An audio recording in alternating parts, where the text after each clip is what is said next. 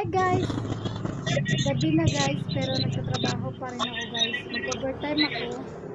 Gawa ng ito.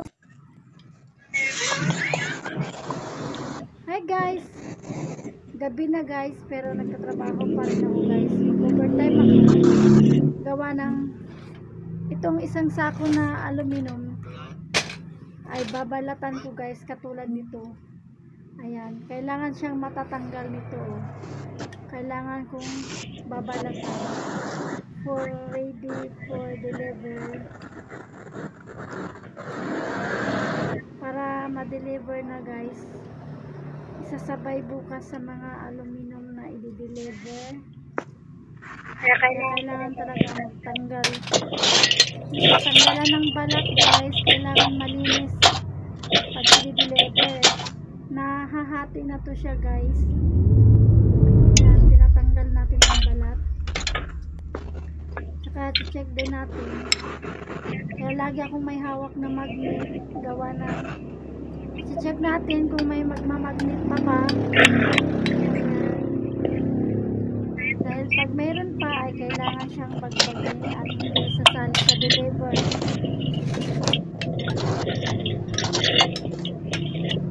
Kalain nyo yan, overtime ako ngayon. Siguro makakatulog ako nito mga alas 3 dahil ilang sako pa to guys ang babalatan ko.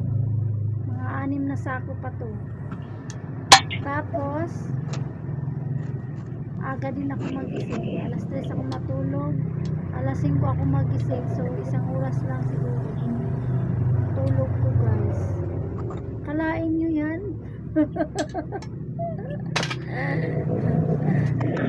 May tatalo pa ba? May tatalo pa ba kay Marites guys?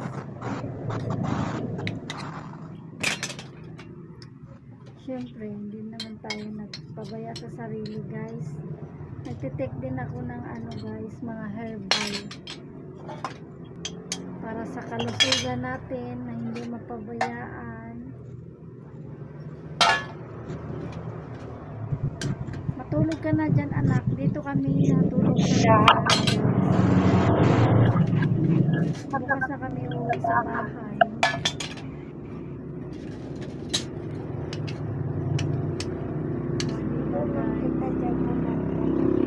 Ha? Ano na? Na, hindi pwedeng tumulong ka na dahil delikado. Malinis na siya guys, wala na siya bawal. Alo yan. Of course, yes. Bata na ako. Aluminum. Marami ito guys. Merong mga jealousy na hindi na kailangan balatan. Ito kasi need kasi ito talaga balatan. Galing kasi ito dun sa suki natin guys na nagagawa ng mga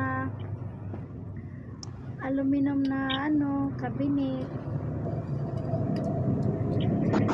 I-deliver kanina.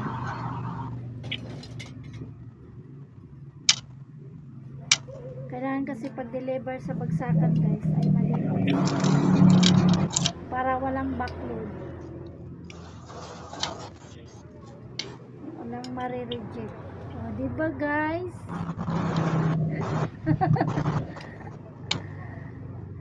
Kaya ikaw huwag mo lang patagalin, mabubuhay ka ni Marites. Hindi no. Sabay bawi. Ayaw na ng anak ko eh. Ayaw mo nak mag-asawa si mami? Ha? Bakit? Tayo lang dalawa eh. Walang katulong si mami. Ba't ayaw?